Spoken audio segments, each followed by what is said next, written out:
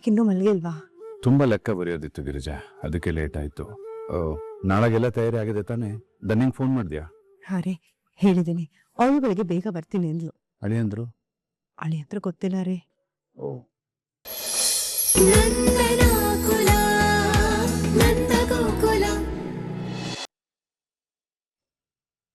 Actually ನಾನು ಇವಾಗ ಒಂದು ಕೆಲಸಕ್ಕೆ ಸೇರ್ಕೊಂಡಿದ್ದೀನಿ, ಫುಡ್ ಡೆಲಿವರಿ ಕಂಪ್ನಿಯಲ್ಲಿ. ನನಗೆ ತಿಂಗಳಿಗೆ 13,000 ರೂಪಾಯಿ ಸಂಬಳ. ನನ್ನ ಹಾಗೆ ಓದ್ತಿರೋ ಹುಡುಗರು ಪಾಕೆಟ್ ಮನಿಗೋಸ್ಕರ ಅಪ್ಪನ್ ಡಿಪೆಂಡ್ ಆಗಿರ್ತಾರೆ. ಆದ್ರೆ ನಾನು ಆ ಕ್ಯಾಟಗರಿನೇ ಅಲ್ಲ. ಅಳಿಲ್ ಸೇವೆ ಆದ್ರೂ ಅಪ್ಪನ್ ಪ್ರೆಷರ್ನ ಸ್ವಲ್ಪನಾದ್ರೂ ಇಳಿಸೋಣ ಅಂತ ಕಷ್ಟಪಟ್ಟು ದುಡಿತಾ ಇದ್ದೀನಿ.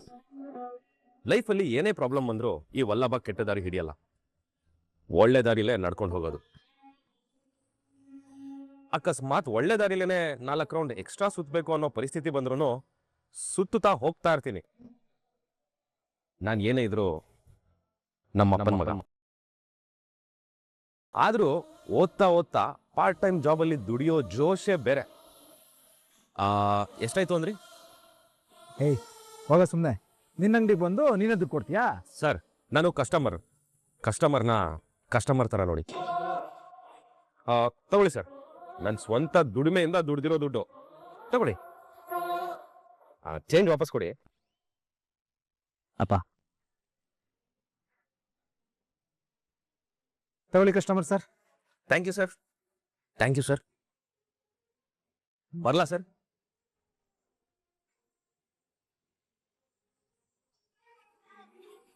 ಏನಾಯ್ತು ಕೇಶವ? ಏನಾಯ್ತು ಇವನಿಗೆ? ಹನುಮಂತಣ್ಣ, ನಿಮಗೆ ಗೊತ್ತಾಗ್ಲಿಲ್ವಾ? ನನಗೂ ಗೊತ್ತಾಗ್ಲಿಲ್ಲ.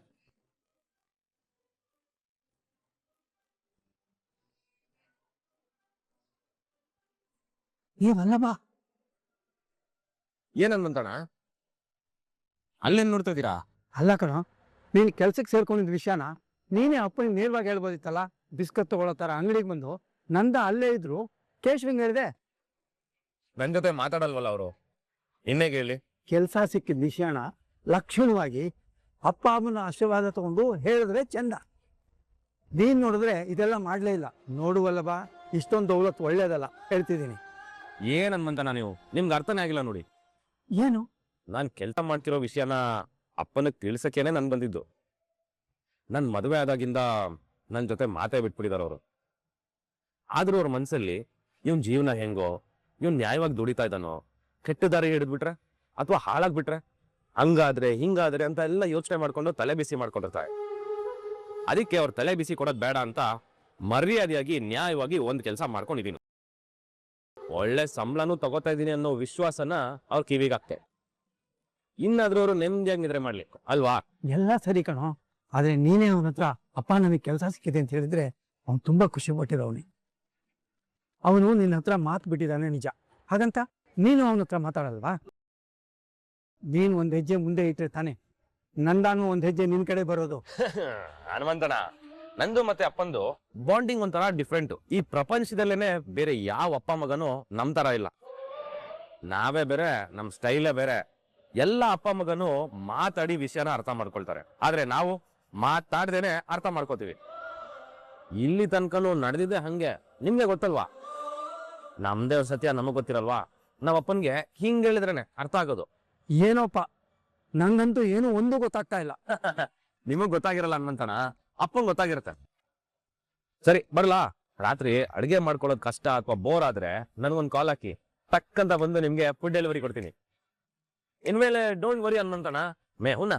ಆಯ್ತು. ಹಾಗೆ ಮಿಸ್ಟರ್ ವಜ್ರಮುನಿ ಅವ್ರಿಗೆ ನಮ್ ಕೆಲ್ಸ ಇಷ್ಟ ಆಗಿದ್ರೆ 5 ಸ್ಟಾರ್ ಕೂಡ ಕೇಳಿ. ಬರ್ಲಾ ಹನುಮಂತಣ್ಣ? ಎಷ್ಟು ಒಳ್ಳೆ ಹುಡುಗ, ಅಪ್ಪನ ಹೆಗಲ ಮೇಲೆ ಭಾರ ಇಳಿಸ್ಬೇಕು ಅಂತ ಒದ್ದಾಡ್ತಾ ಇದ್ದಾನೆ. ನಂದ ಮಧು ತರ ನಿನ್ ಜೊತೆ ಮಾತಾಡಿದ್ರೆ ಸಾಕು.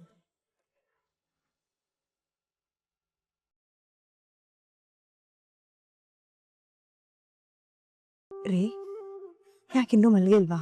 ತುಂಬ ಲೆಕ್ಕ ಬರೆಯೋದಿತ್ತು ಗಿರಿಜಾ, ಅದಕ್ಕೆ ಲೇಟ್ ಆಯಿತು. ನಾಳೆಗೆಲ್ಲ ತಯಾರಿ ಆಗಿದೆ ತಾನೇ? ದನ್ನಿಂಗ್ ಫೋನ್ ಮಾಡಿದ್ಯಾ? ಹಾಂ ರೀ, ಹೇಳಿದ್ದೀನಿ. ಅವಳು ಬೆಳಗ್ಗೆ ಬೇಗ ಬರ್ತೀನಿ ಅಂದ್ಲು. ಅಳಿಯಂದ್ರು? ಅಳಿ ಹತ್ರ ಗೊತ್ತಿಲ್ಲ ರೀ. ಅಮೆರಿಕಕ್ಕೆ ಬೇರೆ ಏನೋ ಹೊರಡ್ತೀನಿ ಅಂತ ಹೇಳ್ತಾ ಇದ್ರು. ಏನು ಕೆಲಸನೋ ಏನೋ. ಸರಿ, ಅವ್ರವ್ರ ಅನುಕೂಲ. ರೀ, ನಾನು ನಿಮ್ಮ ಹತ್ರ ಒಂದು ವಿಷಯ ಹೇಳ್ಬೇಕು. ಏನು? ನಮ್ ವಲ್ಲಭ ಎಷ್ಟು ಬದಲಾಗಿದ್ದಾನೆ ಗೊತ್ತಾ? ಅವನಿಗೆ ಮೊದ್ಲಿನ ತರ ಇಲ್ಲ. ಅವನಿಗೆ ಎಷ್ಟು ಜವಾಬ್ದಾರಿ ಬಂದಿದೆ ಗೊತ್ತಾ? ಗೊತ್ತು ಬಿಡು. ಏನು ಅಂದ್ರೆ ನಿಮ್ಗೆ ವಿಷಯ ಗೊತ್ತಾ? ಇವತ್ತು ಅಂಗಡಿಗೆ ಬಂದಿದ್ದ, ಕೇಶವನ ಹತ್ರ ಏನೋ ಹೇಳ್ತಾ ಇದ್ದ. ಇದ್ರಲ್ಲಿ ಖುಷಿ ಪಡುವಂಥದ್ದು ಏನಿದೆ ಗಿರಿಜಾ? ಯಾಕ್ರಿ? ಅಲ್ಲ ಗಿರಿಜಾ, ನಾನು ಆಸೆ ಪಟ್ಟಿದ್ದೇನೋ ಅಗತ್ಯ ಬಡವ ಮಾಡ್ತಾ ಇರೋದೇನು? ಅವ್ನು ಕಾಲೇಜ್ಗೆ ಹೋಗಿ ಚೆನ್ನಾಗಿ ಓದಿ ದೊಡ್ಡ ಸ್ಥಾನದಲ್ಲಿ ಇರಬೇಕು, ಕಲೆಕ್ಟರ್ ಆಗ್ಬೇಕು ಅಂತ ಆಸೆ ಪಟ್ಟೆ. ಆದ್ರೆ ಅವನು ಅದೇನು ಫುಡ್ ಡೆಲಿವರಿ ಅಂತೆ ಬೀದಿ ಸುತ್ಕೊಂಡು ಮನೆ ಸುತ್ಕೊಂಡಿದ್ದಾನೆ. ಏನ್ ಗಿರ್ಜಾ ಇದೆಲ್ಲ? ಇದೇ ಶ್ರದ್ಧೆನ ಅವ್ನು ಓದೋ ಕಡೆ ತೋರಿಸಿದ್ರೆ ನನ್ ಮನ್ಸಿಗೆ ಸಮಾಧಾನ ಆಗ್ತಿತ್ತು. ಛೇ, ಇದೆಲ್ಲ ನನ್ನ ಕರ್ಮ. ಹಾಗಲ್ಲ ರೀ, ವಲ್ಲಭ ಸುಮ್ನೆ ಮನೇಲಿ ಕೂತ್ಕೊಳ್ಳೋಕ್ ಬದಲು ಒಂದ್ ಕೆಲ್ಸ ಅಂತ ಮಾಡ್ತಾ ಇದ್ದಾನಲ್ಲ. ನಿಮಗ್ ಕಷ್ಟ ಆಗತ್ತೆ ಅಂತ, ನಿಮ್ ಹೆಗಲಿನ ಮೇಲಿರೋ ಭಾರ ಸ್ವಲ್ಪನಾದ್ರೂ ಇಳಿಲಿ ಅಂತ ಅವನಿಗೆ ಕೆಲಸ ಒಪ್ಕೊಂಡಿದ್ದಾನೆ ರೀ. ನಾನು ಹೇಳಿದ್ನ ಗಿರಿಜಾ, ನನ್ನ ಸಂಸಾರ ಭಾರ ಆಗ್ತಾ ಇದೆ, ನಾನು ಹೊರೆ ಹೊತ್ಕೊ ಅಂತ. ನನಗೆ ನನ್ನ ಸಂಸಾರ ಯಾವತ್ತೂ ಭಾರ ಅಲ್ಲ ಗಿರಿಜಾ. ತಾಯಿಗೆ ಮಗು ಭಾರ ಅಲ್ಲ, ಹೆತ್ತವ್ರಿಗೆ ಮಕ್ಕಳ ಭಾರ ಅಲ್ಲ. ನಾನು ಪ್ರೀತಿಯಿಂದನೇ ಮನೆ ನಡೆಸ್ತಾ ಇದ್ದೀನಿ, ಅದನ್ನ ತಿಳ್ಕೊಳ್ಳಿ. ಆದ್ರೆ ಇವನು ನಾನು ಹೇಳದೆಲ್ಲ ಬಿಟ್ಟು ಬೇರೆದೆಲ್ಲ ಮಾಡ್ತಾ ಇದ್ದಾನೆ. ನೀವ್ ಹೇಳ್ದೆ ಇದ್ರು ಅವನು ಇವಾಗ ಯಾವ್ದೋ ಒಂದ್ ಕೆಲ್ಸ ಹುಡ್ಕೊಂಡ್ ಮಾಡ್ತಾ ಇದ್ದಾನೆ ರೀ. ಹೋದವಾಗ ಇವೆಲ್ಲ ಯಾಕೆ ಬೇಕು ಅಂತ ನೀವು ಅವನ್ನ ಕೇಳ್ಬೋದು. ಆದ್ರೆ ಈಗ ಅವನ್ಗೂ ಮದ್ವೆ ಆಗಿದೆ. ಅವನ್ ಸಂಸಾರದ ಖರ್ಚನ್ನ ಬೇಕೋ ಬೇಡವೋ ಅವ್ನು ನೋಡ್ಕೋಬೇಕಲ್ಲ. ಅದಕ್ಕೆ ಅವನು ಒಂದೊಂದಾಗೆ ಜವಾಬ್ದಾರಿನ ಕಲಿತಾ ಇದ್ದಾನೆ. ಓದೋ ವಯಸ್ಸಿನಲ್ಲಿ ಮದುವೆ ಆಗಿ ವಯಸ್ಸಿಗೆ ಮೀರಿ ಜವಾಬ್ದಾರಿ ತಗೊಂತ ನಾನು ಹೇಳಿದ್ನ? ಒಂದಂತೂ ಅರ್ಥ ಆಗಿದೆ ಗಿರ್ಜಾ, ಯಾರಿಗ ಏನ್ ಬೇಕೋ ಅದನ್ನೇ ಮಾಡೋದು. ನಮ್ ಮಾತುಗೂ ಬೆಲೆ ಇಲ್ಲ, ನಮ್ ಕನ್ಸುಗಳೆಲ್ಲ ಮಣ್ಪಾಲು. ಇಲ್ಲ ರೀ, ನೀವ್ ಯಾಕೆ ಹಾಗೆ ಅನ್ಕೋತೀರಾ? ನೋಡ್ತಾ ಇರಿ, ಖಂಡಿತ ಒಂದಿನ ನಮ್ಮಲ್ಲಪ್ಪ ಕಲೆಕ್ಟರ್ ಆಗ್ತಾನೆ ರೀ. ನನ್ಗ ನಂಬಿಕೆನೆ ಹುಟ್ಟೋಗಿದೆ ಗಿರ್ಜಾ. ಈ ಜನ್ಮದಲ್ಲಿ ನನ್ನ ಕನ್ಸುಗಳು ಯಾವ್ದು ನನ್ಸಾಗಲ್ಲ ಅನ್ನೋದು ನನ್ಗೆ ಅರ್ಥ ಆಗಿದೆ. ಏನೋ ನನ್ ಮಗ ಮಾಧವನ್ ಮದ್ವೆ ನಾನು ಅನ್ಕೊಂಡಂಗ್ ನಡೀತಾ ಇದೆ, ಅದೇ ಸಮಾಧಾನ. ಹೋಗ್ಲಿ ಬಿಡು, ಅವನ್ ಬಗ್ಗೆ ನನ್ನ ಹತ್ರ ಮಾತಾಡ್ಬೇಡ. ನಾನು ಅವನ್ಗೇನು ಬುದ್ಧಿ ಹೇಳಕ್ ಬರೋದಿಲ್ಲ. ವಲ್ಲಭ ಕೆಲ್ಸ ಮಾಡ್ತಿದ್ದಾರೆ ಅಂತ ಹೇಳಿದ್ರೆ ಖುಷಿ ಪಡ್ತಾರೆ ಅನ್ಕೊಂಡ್ರೆ ಇವ್ರೇನ್ ಹೀಗೆ ಹೇಳ್ಬಿಟ್ರು? ಏನ್ ಯೋಚನೆ ಮಾಡ್ತಾ ಇದ್ದೆ ಇನ್ನು? ಮಲ್ಕೋ, ಲೇಟ್ ಆಯ್ತು, ಬೆಳಗ್ಗೆ ಬೇಗ ಎದ್ದು ಹೇಳ್ಬೇಕು. ರಕ್ಷಾ ಇಲ್ಲಿ ಓದ್ತಾ ಇದ್ದಲ್ಲಿ ತಾನೆ? ಹೋರಿ.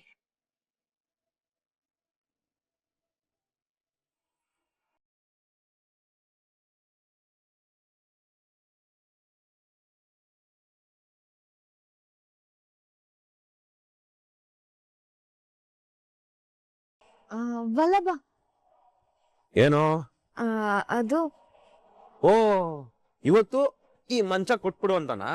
ಏಯ್, ಎರಡೆರಡು ಸಲ ವಿಜಯ ಸಾಧಿಸ್ಬಿಟ್ಟು ಗೆದ್ದಿರೋ ಮಂಚ ಕಣ ಇದು. ಇವತ್ತು ಕೊಡಕ್ ಚಾನ್ಸೇ ಇಲ್ಲ. ಅದೆಲ್ಲ ವಲ್ಲಭ. ಮತ್ತೆ ಸಾರಿ. ಸಾರಿನಾ? ಯಾಕೆ ಡೌ ಮಾಡ್ತಾ ಇದ್ಯಾ? ಹೊಸದಾಗಿ ಸಾರಿ ಎಲ್ಲ ಕೇಳ್ತಿದ್ಯಾ? ನಿನ್ನ ಬಾಯಲ್ಲಿ ಸಾರಿ ಅನ್ನೋದು ಕೇಳಿದ್ರೆ ಬಂಡೆಗಳೇ ಕಣ್ಣೀರಾಗ್ತಿದೆ ಅಂತ ಅನ್ಸುತ್ತೆ. ಯಾಕೆ, ಏನ್ ವಿಷಯ? ಏನೂ ಇಲ್ಲ. ನಿನ್ನೆ ನೀನು ಇಲ್ಲದೆ ಇರುವಾಗ ತುಂಬಾ ಬೈಕೊಂಡಿದ್ದೆ ನಾನು. ನಿನ್ ವಿಷಯಕ್ಕೆ ಮೀನಾ ಅಕ್ಕ ಅತ್ತೆ ಎಲ್ಲ ತುಂಬಾ ಕೇಳಿದ್ರು ಅಂತ ಇರಿಟೇಟ್ ಆಗಿ ಬೈಕೊಂಡ್ಬಿಟ್ಟೆ. ಅದಕ್ಕೆ ಸಾರಿ ಕೇಳೋಣ ಅಂತ ಅನ್ಸ್ತು. ಅಬ್ಬಬ್ಬಬ್ಬಾ, ಎಷ್ಟು ಸಲ ನನ್ ಮುಖದ ಮುಂದೆ ನಿಂತ್ಕೊಂಡೇನೆ ಬೈದಿದ್ಯಾ, ಅದಕ್ಕೆ ಸಾರಿ ಕೇಳಿಲ್ಲ ನೀನು. ಇವಾಗ ನಾನು ಇಲ್ಲಿರೋ ಟೈಮಲ್ಲಿ ಬೈದ್ಬಿಟ್ಟೆ, ಅದಕ್ಕೆ ಸಾರಿ ಕಣೋ ಅಂತ ಹೇಳಕ್ ಬಂದಿದ್ಯಾ? ಅಲ್ಲ, ಯಾಕೆ ಇಷ್ಟೊಂದು ಡವ್ ಮಾಡ್ತಿದ್ಯಾ ನೀನು? ನಿನ್ ಅಜೆಂಡಾ ಏನು? ಯಾಕೆ ಇಷ್ಟೊಂದು ಪೂಸಿ ಹೊಡಿತಾ ಇದ್ಯಾ? ಇಲ್ಲವಲ್ಲಬ್ಬ, ಡವ್ ಅಲ್ಲ, ಪೂಸಿನೂ ಅಲ್ಲ, ನಿಜವಾಗ್ಲೂ ಮನ್ಸಿಂದ ಸಾರಿ ಕೇಳ್ದೆ. ತಮ್ಮ ಮನ್ಸಿಗೆ ನಂದೊಂದು ನೋಡು, ನೀನ್ ಇರೋ ತರ ಇರೋ, ಈ ತರ ಅಬ್ನಾರ್ಮಲ್ ಆಗೆಲ್ಲ ಆಡಕ್ ಹೋಗ್ಬೇಡ. ನನಗ್ ಟೆನ್ಷನ್ ಆಗುತ್ತೆ. ನಿನ್ ಹೇಗೆ ಅಂತಾನೆ ಕ್ಯಾಲ್ಕುಲೇಟ್ ಮಾಡಕ್ಕಾಗಲ್ಲ, ಗೆಸ್ ಮಾಡಕ್ಕಾಗಲ್ಲ. ಒಂದೊಂದ್ಸಲ ಭಯ ಆಗ್ಬಿಡುತ್ತೆ. ಭಯನ? ಭಯ ಯಾಕೆ? ಮತ್ತೆ ಈ ಕೆಟ್ಟ ಮನುಷ್ಯರು ಸಡನ್ ಆಗಿ ಒಳ್ಳೆಯವ್ರ ತರ ಆಡಿದ್ರೆ ಭಯ ಆಗಲ್ವಾ?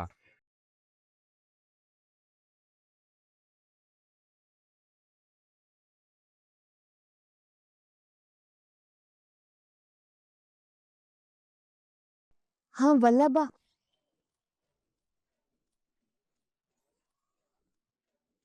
ಮೊದಲನೇದಾಗಿ ನೀನ್ ಕಾಡ್ ಪಾಪ ಅನ್ನೋದನ್ನ ಬಿಟ್ಟು ವಲ್ಲಭ ಅಂತಿರೋದೇ ನನ್ನ ಕೈಲಿ ತಡ್ಕೊಳಕ್ ಆಗ್ತಾ ಇಲ್ಲ.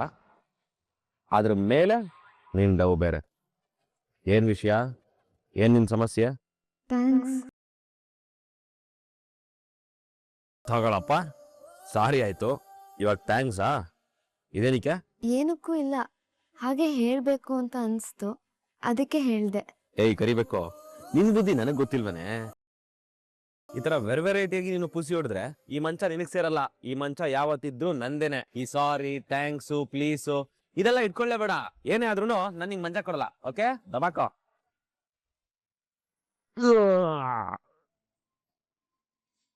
Good night Vallabh.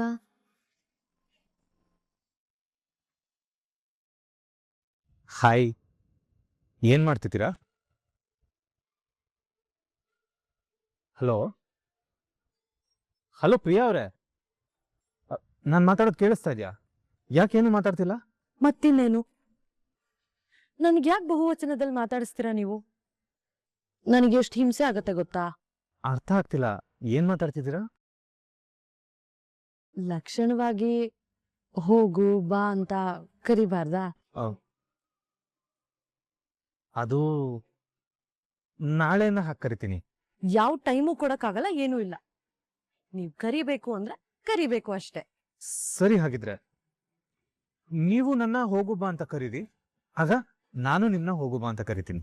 ಅಯ್ಯೋ ರೀ, ಬಿಡ್ತು ಅನ್ನಿ. ಹೆಂಡತಿ ಆಗೋಳು ಗಂಡನ್ನ ಏಕವಚನದಲ್ಲಿ ಕರಿಬಾರ್ದು. ಏನ್ ಮಾಡ್ತಿದ್ದೆ ಪ್ರಿಯಾ?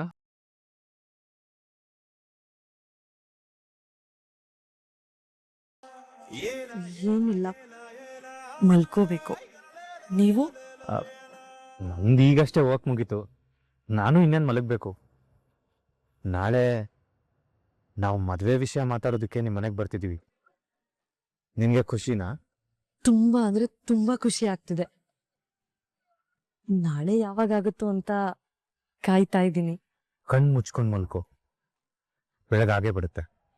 Good night. ಫೋನ್ ಇಡೋದಕ್ಕೆ ಕಾಯ್ತಾ ಇದ್ದೀರಾ ಅಲ್ಲ? ಸರಿ, ಗುಡ್ ನೈಟ್. ಅಯ್ಯೋ ಹಾಗಲ್ಲ, ನೀನ್ ಬೇಗ ಮಲ್ಕೋತೀಯನೋ, ನಿನಗೆ ಡಿಸ್ಟರ್ಬ್ ಆಗುತ್ತೆ ಅಂತ ನಾನು ಹಾಗೆ ಹೇಳಿದೆ. ಸರಿ, ಮಾತಾಡು. ಹೌದು, ನೀವ್ಯಾಕೆ ಬೇರೆ ಹುಡುಗರ ತರ ಅಲ್ಲ? ಅಂದ್ರೆ ನಾನು ಎಲ್ರ ತರನೇ ಇದ್ದೀನಲ್ಲ. ಈ ಲವ್ ಮಾಡೋ ಹುಡುಗರೆಲ್ಲ ಅವ್ರ ಹುಡುಗಿಗೆ ಸಾಲ್ಗಟ್ಲೆ ಕವಿತೆ ಹೇಳ್ತಾರೆ. ನೀವು ನನ್ಗೋಸ್ಕರ ಒಂದ್ ಕವಿತೆನೂ ಹೇಳಿಲ್ವಲ್ಲ, ಅದಕ್ಕೆ ಕೇಳ್ದೆ. ಓ ಅಷ್ಟೇನಾ? ಅದಕ್ಕೇನಂತೆ, ಈಗಲೇ ಕವಿತೆ ಹೇಳ್ತೀನಿ. ಈಗ್ಲೇ ಹೇಳ್ತೀರಾ? ಸರಿ ಹೇಳಿ. ನನ್ಗೂ ನನ್ ಮದ್ವೆ ಆಗೋ ಹುಡ್ಗನ ಹತ್ರ ಕವಿತೆ ಹೇಳ್ಸ್ಕೋಬೇಕು ಅಂತ ತುಂಬಾ ಆಸೆ ಇತ್ತು. ಹೇಳಿ ಹೇಳಿ, ಕೇಳಿಸ್ಕೊತೀನಿ. ನಿನ್ನ ಕಣ್ಗಳಲ್ಲಿ ಕಳೆದು ಹೋದೆ ನಾನು, ನಿನ್ನ ತೋಳುಗಳಲ್ಲಿ ಬಂಧಿಯಾದೆ ನಾನು, ನಿನ್ನ ಮಡಿಲಲ್ಲಿ ಮಗುವಾದೆ ನಾನು, ನಿನ್ನ ಮುಡಿಯಲ್ಲಿ ಹೂವಾಗಬೇಕು ನಾನು. ಓ ದೇವರೇ, ಧನ್ಯವಾದಗಳು.